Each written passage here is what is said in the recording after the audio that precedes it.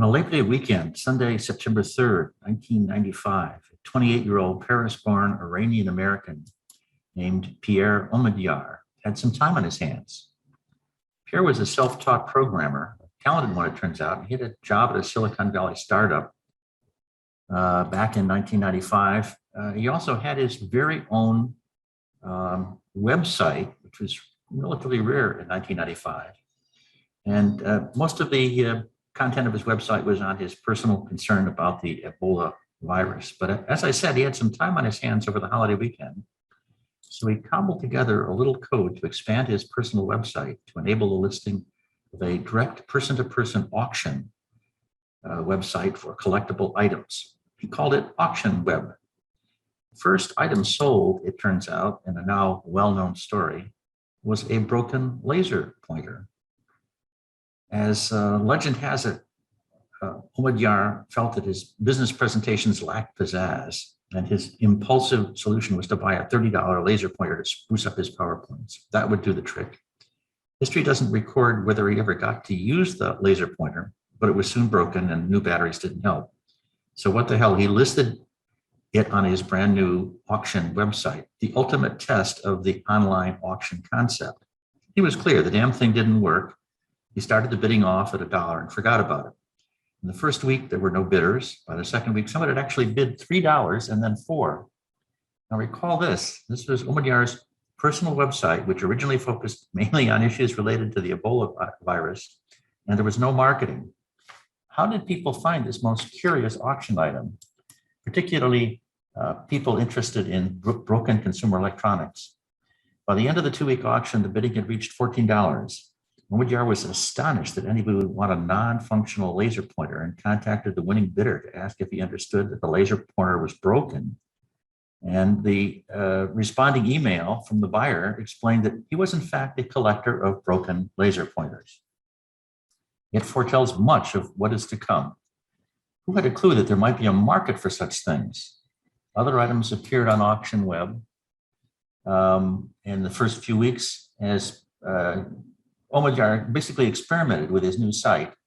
And one was a Superman lunchbox for $22, a Marky Mark underwear, autographed no less, and a Yamaha Midnight Special motorcycle asking $350.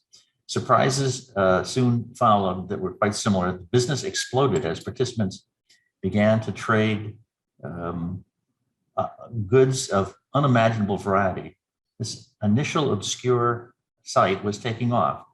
Within 4 months of launch, thousands of auctions and tens of thousands of bids, all with virtually no marketing to publicize the site's existence. By Thanksgiving, a few months later, Pierre told a friend, a recent Stanford business graduate, that he might have a business here. There are people and buying and selling on the internet who've never seen each other and actually send money and stuff back and forth. His friend Jeff responded, "That's ridiculous." His friend had just come from a Silicon Valley conference where 300 attendees were polled on how many had actually bought or sold anything online. This was not a random sample. It was a group of high-tech e-commerce enthusiasts and startup wannabes. Only 3 of the 300 indicated that they'd actually bought or sold something online. This is 1995. How could an auction site among strangers actually work? Ridiculous. But you know the end of the story. Auction Web became eBay, now a $92 billion in annual operating revenues and 10,000 employees. Pierre and his friends became Silicon billionaires. And there's a lesson in this little case study. Pierre had only a vague idea what he was doing. It was a whim, a lark. He didn't quit his job. He just ran a little hobby out of his spare bedroom with computers and card tables and neighbors helping out. But Pierre had a hunch. There's something magical in the power of a network. Friends told friends who told friends. You can get good stuff cheap. People who promised to mail you stuff actually did, and the stuff is what they said it was. And of course, the internet access exploded after 1995 as computers got cheaper and broadband access got faster and wireless. What is the lesson in this little case study? Understanding the fundamental lesson is the purpose of this course. The key concept is the power of a network, the power of a global digital network. It is the power of network computers that make artificial intelligence possible.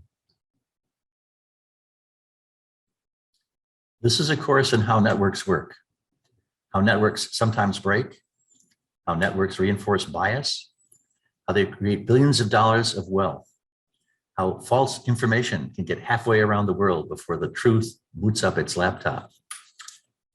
This is a course about what professional skills are critically important in the information age. This is a course about when computers are smarter than humans and when they're not.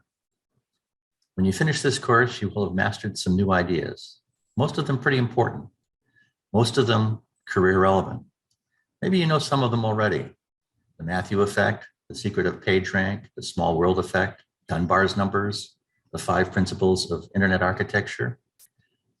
Actually, who predicted that paperclips would lead to the end of humanity? Some weird stuff, but all important. Stay tuned.